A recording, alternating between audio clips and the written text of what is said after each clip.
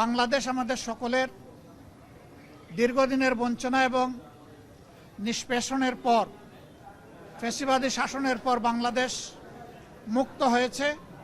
মুক্তির এই সংগ্রামে দেশবাসীর সাথে প্রবাসী যারা ছিলেন তারা সমানতালে লড়াই করেছেন। তাদের অবদানও বিশেষভাবে উল্লেখযোগ্য। তাদের সেই অবদানের জন্য তাদেরকে আমরা ধন্যবাদ এবং কৃতজ্ঞতা জানিয়েছি। আর আমরা বলেছি, প্রবাসীদের সবচেয়ে বড় অধিকার ভোটের অধিকারটা ছিল না। এবার এ দাবি সবার আগে আমরাই তুলেছিলাম এবং আমরা এই দাবি ছেড়ে দেইনি। আমরা এই দাবি নিয়ে প্রধান উপদেষ্টা, নির্বাচন কমিশন সহ গুরুত্বপূর্ণ সকল জায়গায় প্রবাসীদের হয়ে কথা বলেছি। আমরা সরকার এবং নির্বাচন কমিশনকে ধন্যবাদ জানাই। এই প্রথমবারের মতো ব্যাপক ভিত্তিক বিদেশিদেরকে ভোটার তালিকায় যারা প্রবাসী আমাদের, তাদেরকে সম্পৃক্ত করার তারা উদ্যোগ নিয়েছেন। কিন্তু সেখানে কিছু সমস্যা রয়ে গিয়েছে। অক্টোবরের 30 তারিখ পর্যন্ত সময় বেঁধে দেওয়া হয়েছিল। এই সময়ের ভিতরে যে সফটওয়্যার এখানে ইনস্টল করা হয়েছে এটা ফাংশন করে নাই প্রপারলি, যার কারণে আগ্রহ থাকা সত্ত্বেও, চেষ্টা থাকা সত্ত্বেও অনেকেই কিন্তু ভোটার হতে পারেননি। আমাদের দাবি থাকবে নির্বাচন কমিশনের কাছে কমপক্ষে আরও 15 দিন এই সময় বর্ধিত করা হোক এবং যে জটিলতাগুলো রয়েছে সেগুলা সহজ করে তাদেরকে ভোটার হওয়ার সুযোগ তৈরি করে দেওয়া হোক। আরও কিছু সমস্যা আছে, কিছু শর্ত জুড়ে দেওয়া হয়েছে। আমরা বলবো, একজন নাগরিকের প্রমাণের জন্য তার আইডি কার্ড, ন্যাশনাল আইডি যথেষ্ট।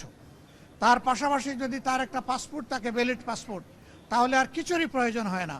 সেখানে কোথায় কারেন্টের বিলকে দিল, পানির বিলকে দিল কি দিল না, হোল্ডিং ট্যাক্স দিল না, অনেকের 10-20 বছর ধরে দেশের বাইরে আছে, তারা এগুলো ব্যবহারও করে না, বিলও দেয় না, বিল দেওয়ার প্রয়োজনও হয় না।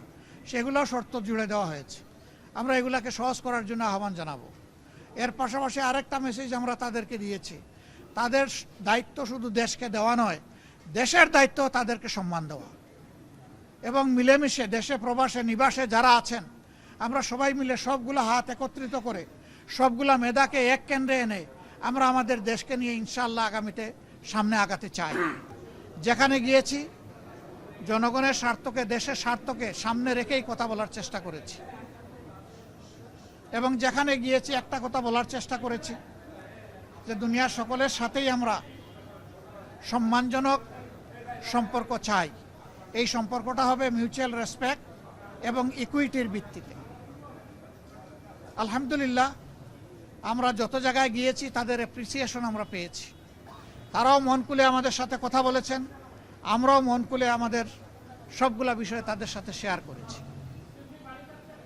আল্লাহ তাআলার কাছে দোয়া করি, এই সফরে যে সমস্ত পদক্ষেপ নেওয়া হয়েছে অথবা আলাপ আলোচনা হয়েছে সেগুলা যেন দেশ এবং জাতির কল্যাণে নিয়োজিত হয়। কোনো ব্যক্তি নয়, গোষ্ঠী নয়, দল নয়, দেশ এবং জাতির জন্য উপকার হয়। আপনারা এত সকালে এখানে কষ্ট করে এসেছেন। আমি সবাইকে ধন্যবাদ জানাবার আগে আরেকবার আপনাদের আন্তরিক সহযোগিতা কামনা করব।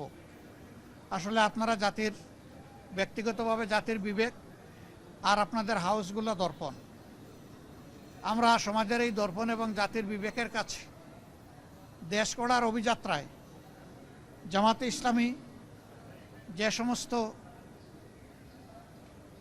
কর্মসূচি ঘোষণা করছে যা দেশ এবং জাতির কল্যাণে, আমরা এই সবগুলোতে আপনাদেরকেও আমাদের সাথে চাই। কারণ আপনারা এই সমাজ থেকে বিচ্ছিন্ন নন, আপনারা শুধু সাংবাদিক নন, আপনারা এই দেশের নাগরিকও বটে।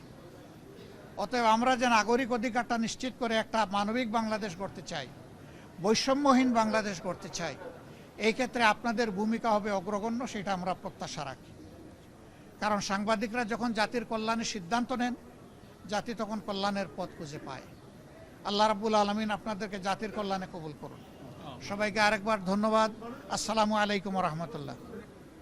দেশ এবং দিনের জন্য এই দায়িত্ব পালনে আল্লাহ যেন আমাকে সাহায্য করেন, আর পাশাপাশি আমি আপনাদেরও সহযোগিতা চাই। বিএনপি তারাও চূড়ান্ত তালিকা প্রকাশ করেনি। আমি দেখেছি 237টা আসনে তারা তালিকা প্রকাশ করেছেন, আবার প্রশ্ন উত্তরে বলেছেন এটি চূড়ান্ত নয়, এর মধ্যেও পরিবর্তন আসতে পারে। আমরা কিন্তু 1 বছর আগেই প্রায় এই তালিকা বিভিন্নভাবে আঞ্চলিকভাবে আমরা এটা জানিয়ে দিয়েছি। চূড়ান্ত তালিকাটা সময় মতো আমরা ইনশাল্লাহ কেন্দ্রের পক্ষ থেকে ঘোষণা করব। তবে যেহেতু আমরা একা ইলেকশন করব না, আরও অনেককে আমরা ধারণ করব, দেশ এবং জাতির স্বার্থে সব দিক বিবেচনা করেই চূড়ান্তভাবে যথাসময় ইনশাল্লাহ আমরা প্রার্থী ঘোষণা করব। মতের ভিন্নতা থাকবে, এটাই গণতন্ত্রের সৌন্দর্য। সব দল তো এক দল নয়, সবগুলা দল ভিন্ন ভিন্ন, তাদের দৃষ্টিভঙ্গিতেও কিছু পার্থক্য থাকবে, এটাই স্বাভাবিক। আমরা সকলের মতকে শ্রদ্ধার সাথে দেখি। তবে আমরা নিজেরা যে মতটা প্রকাশ করি, আমরা চেষ্টা করি চিন্তা ভাবনা করে জাতির স্বার্থেই সেই মতগুলা প্রকাশ করার। অতএব মতানৈক্য এটা ডেমোক্রেসির সৌন্দর্য।